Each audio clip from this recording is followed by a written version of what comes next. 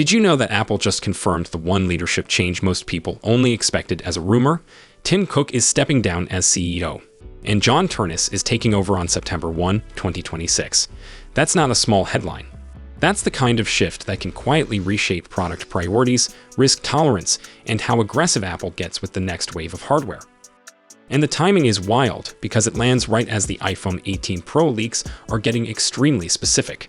A smaller dynamic island, new colors, and a camera system that may literally need more physical space. So today we're talking leadership, leaked dummy units, thicker camera bumps, and the Mac rumors that are building toward a very interesting launch window. Alright, welcome back. This is your fast, energetic Apple rumor roundup, with the official news up front and the leaks right behind it. We've got three big buckets today. First, the Cook to Ternus transition and what it signals. Second, iPhone 18 Pro and Pro Max design leaks, including color talk and why the camera area is getting chunkier.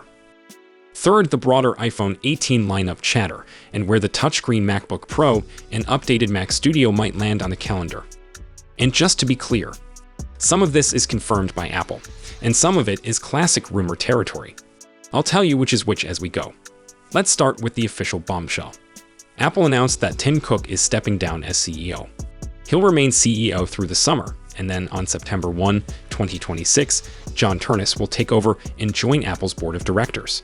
Cook transitions to executive chairman, and Apple says he'll assist with certain aspects of the company, including engaging with policymakers around the world. Now, if you follow Apple at all, you've probably seen the circulating whispers that a transition was coming eventually. Still, seeing it confirmed hits differently, because Cook isn't just the current CEO. He's the era. Under Cook, Apple scaled into a services powerhouse, leaned hard into supply chain dominance, and turned consistency into a strategy. The company became less about surprise pivots and more about relentless execution. So the obvious question is, what changes with John Ternus? Ternus is Apple's hardware engineering chief. That matters. Apple is a product company, and when the top seat goes to someone deeply tied to hardware, people start looking for signs that Apple might get more hardware forward again. Not reckless, not chaotic, but maybe more willing to push form factors and take bigger swings. And it's also a signal about where Apple thinks the next decade of growth comes from. Not just subscriptions and bundles, but devices that pull you into new upgrade cycles. That's where these iPhone 18 leaks get extra interesting, because the story they're telling is not thin and flashy. It's same shape, different priorities, especially around cameras, batteries, and usability. So, iPhone 18 Pro and Pro Max. A leak from Sonny Dixon gave us images of dummy units for the iPhone 18 Pro, iPhone 18 Pro Max, and even a foldable iPhone dummy model. And if you've never heard of dummy units, here's the quick version. They're physical stand-ins used for testing fit and manufacturing planning, especially by accessory makers who need accurate dimensions early so cases and mounts are ready at launch.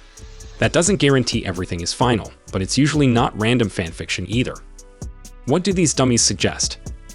First, the iPhone 18 Pro and Pro Max look largely the same as the iPhone 17 Pro generation. That tracks because the iPhone 17 Pro was the first major redesign in years, and Apple usually rides a new design language for a while. Second, there's one visible change people immediately noticed: a smaller dynamic island. Not gone.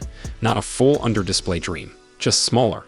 That's the kind of quiet evolution Apple loves, because it improves the front experience without forcing developers and users to relearn everything.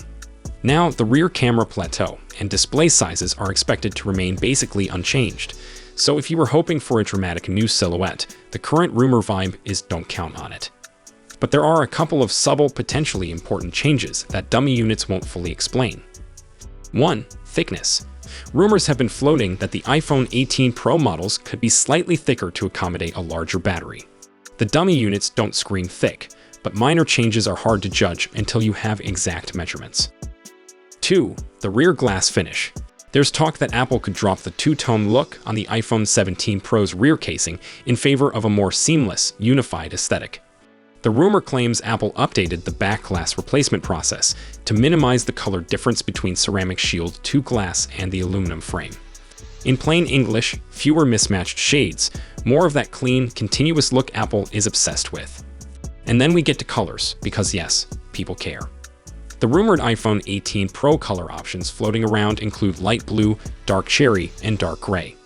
Light blue could be that fresh but still premium tone Apple uses when it wants a new color without going too loud. Dark cherry feels like the bold pick, the one that sells out early and looks completely different depending on lighting. And dark gray is the safe, serious option that always wins for people who don't want their phone to feel like a fashion accessory. Now let's talk about the Pro Max specifically, because this is where the thicker is fine if it helps argument really kicks in. There's a strong rumor narrative forming that Apple no longer treats thickness as automatically ugly as long as the payoff is real. The iPhone 17 Pro Max was already called Apple's thickest flagship to date, and the trade-off was a larger battery. The iPhone 18 Pro Max is expected to push further on internal upgrades, but here's the twist. One comparison suggests the main body thickness stays the same. YouTuber Max Tech compared an iPhone 17 Pro Max to an iPhone 18 Pro Max dummy. According to that comparison, thickness without the camera plateau and bump is the same, 8.75 millimeters for both. So if that holds up, Apple might be squeezing more battery capacity and internal improvements without making the whole phone feel bulkier in the hand. That's the best case outcome, because the part you actually grip doesn't change. But the camera area is where things get chunky. With the camera plateau only, the iPhone 18 Pro Max is shown at 11.54 millimeters versus 11.23 on the iPhone 17 Pro Max, roughly 2.76% thicker. With the full camera bump included, the iPhone 18 Pro Max is shown at 13.78 millimeters versus 13.13, about 4.95% thicker. That's not a tiny difference visually, especially if you're someone who sets your phone on a table and hates wobble. So why would Apple accept a thicker camera bump? Two main rumors explain it. First, larger camera sensors. Bigger sensors generally mean better low light and more natural depth, but they also take space. Second, a variable aperture system is rumored for both the iPhone 18 Pro and Pro Max. A variable aperture could mean more control over depth of field and exposure and potentially better consistency across different lighting conditions. If Apple is serious about pushing iPhone video and photo even further, this is exactly the kind of hardware they prioritize, even if it costs a couple of millimeters in the camera stack. And while we're here, there's also chatter about a specs bump that could be huge for longevity, 12 gigs of RAM for the lineup. That's the kind of upgrade that doesn't look exciting on a poster, but it can impact everything from multitasking to on-device AI features to how long the phone feels fast. So, where does that leave the standard iPhone 18? Rumors are still shifting, but the pattern is familiar.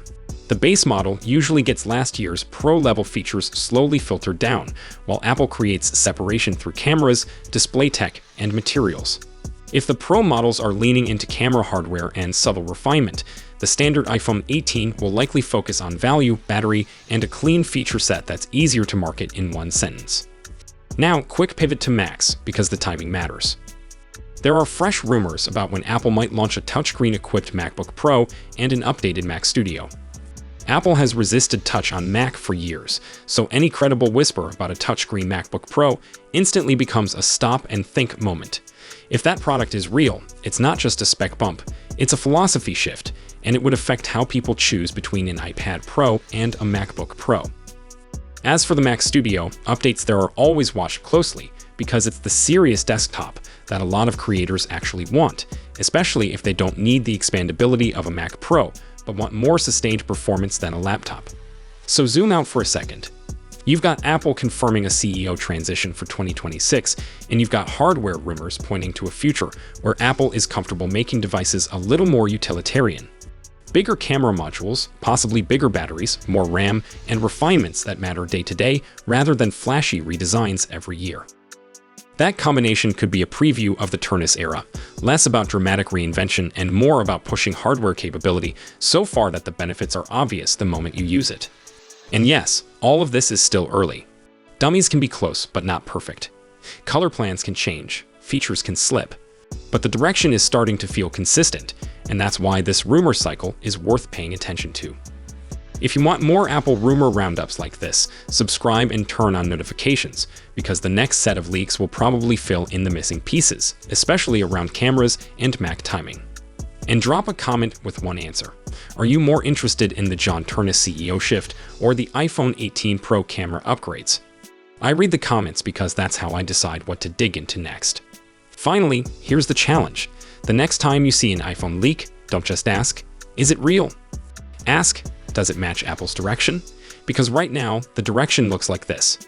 Stable design, heavier investment in the parts you actually feel in daily use, and leadership that comes straight out of hardware.